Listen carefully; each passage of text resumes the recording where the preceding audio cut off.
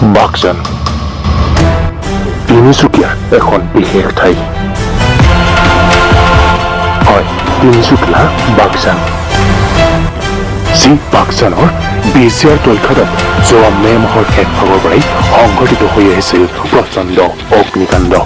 আৰু যি অগ্নিকাণ্ডৰ 13 দিন পিছতে এই ঘটনা সংক্ৰান্তত কেন্দ্ৰীয় পেট্ৰলিয়াম মন্ত্ৰী ধৰ্মেন্দ্ৰ প্ৰধানৰ সৈতে এক বৈঠকত মিলিত হোৱাৰ সমান্তৰালকৈ ৰাজ্যৰ মুখ্যমন্ত্ৰী সৰ্বানন্দ সোণোৱাল আৰু কেন্দ্ৰীয় মন্ত্ৰীগৰাকীয়ে পৰিদৰ্শন কৰিছিল ঘটনাস্থলী যি ঘটনাস্থলী পৰিদৰ্শনৰ পিছতে জুই নুমুৱাবৰ বাবে উক্ত ঘটনাস্থলীলৈ ৰাওনা হৈছিল বিশ্বৰ বিভিন্ন প্ৰান্তৰ বিশেষজ্ঞৰ দল কিন্তু বিশ্বৰ বিভিন্ন প্ৰান্তৰ বিশেষজ্ঞৰ দল তাত উপস্থিত হৈছিল যদিও প্ৰথম অৱস্থাত নিয়ন্ত্ৰণ কৰিব পৰা নাছিল এই জুই আৰু যাৰ ফলত এই অগ্নিকাণ্ডে ধ্বংস কৰিছিল উক্ত গাঁওবাসী ৰাইজৰ ঘৰবাৰী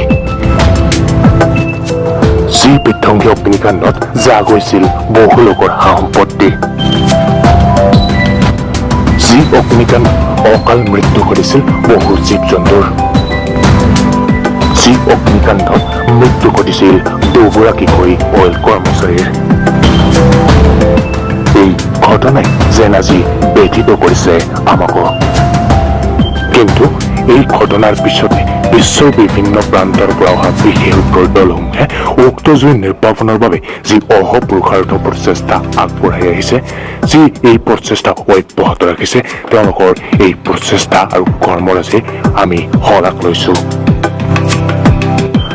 আশা কৰিছো তেওঁলোকৰ প্ৰচেষ্টাত অতি সোনকালে নিৰ্বাপিত হ'ব এই জুই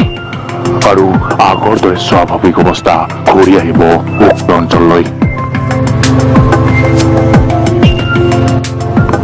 Report People's Press